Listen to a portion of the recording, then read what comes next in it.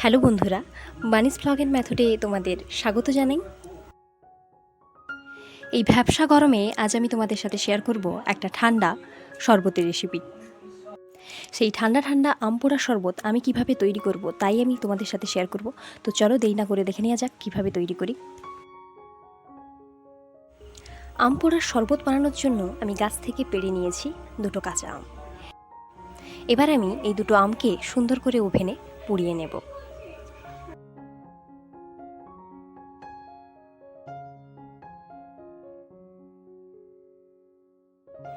পোড়ানোর জন্য এরকম তার বাড়িতে না থাকলে আপনারা রুটি শাকার জাল নিয়েও ব্যবহার করতে পারেন।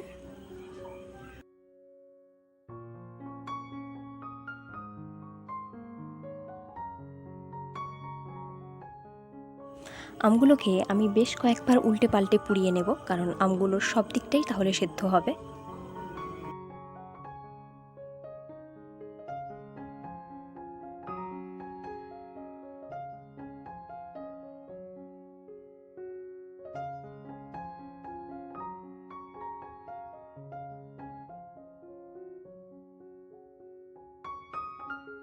দেখুন আমার আমগুলো কত সুন্দরভাবে পোড়ানো হয়ে গেছে।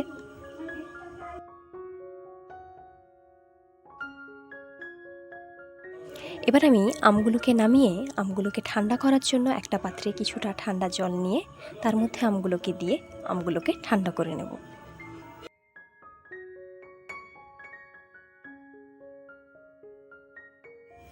আমগুলো ঠান্ডা হয়ে যাবার পর আমি একে একে আমগুলো থেকে খোসাগুলোকে ছাড়িয়ে নেব।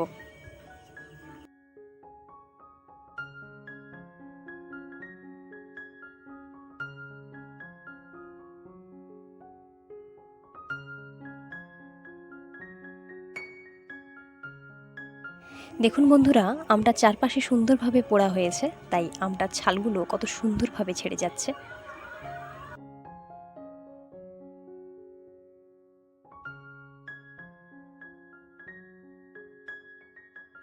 একইভাবে আরও একটি আমকেও আমি ছাড়িয়ে নেব।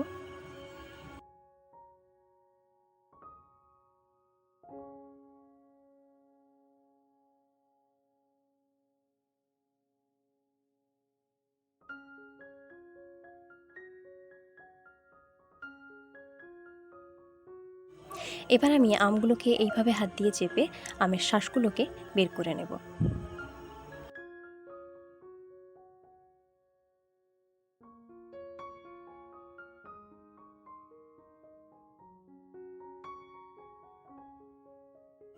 দেখুন সমস্ত শাঁসটা আমি সুন্দর করে বের করে নিয়েছি।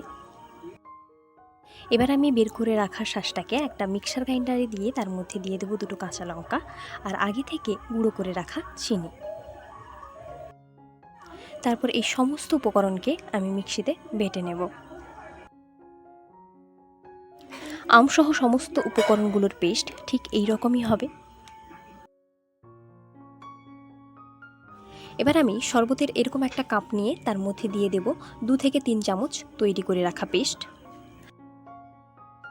তারপর ওর মধ্যে দিয়ে দেব ফ্রিজ থেকে বের করা ঠান্ডা জল।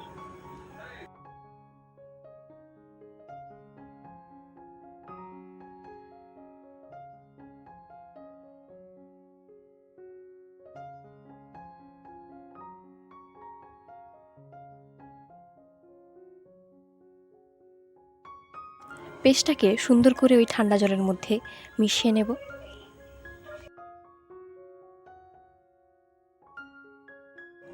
তারপর আমি ওর মধ্যে ব্যবহার করব 2 চামচ জলজিরা। আপনারা 2 চামচ জলজিরার বদলে 1 চামচ জলজিরা 1 চামচ বিট লবণও ব্যবহার করতে পারেন।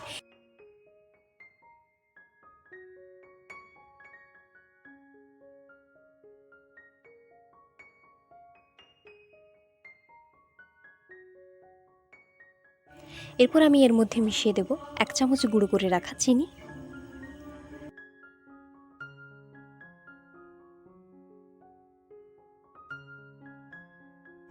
সমস্ত উপাদানগুলোকে আমি শরবতের সাথে ভালোভাবে মিশিয়ে নিয়েছি। এবার ওপর থেকে ওর মধ্যে মিশিয়ে দেব 3 থেকে 4 টুকরো বরফ।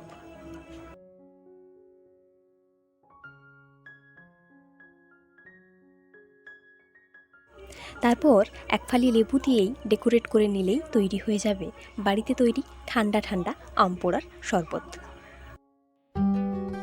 আমার ভিডিওগুলো ভালো লাগলে আপনাদের কাছে লাইক, কমেন্ট, শেয়ারের সাথে সাথে চ্যানেলটি সাবস্ক্রাইব করে রাখার অনুরোধ থাকবে। আজকের মতো বিদায় নিচ্ছি, ফিরে আসবো আবারও এক নতুন ভিডিও নিয়ে।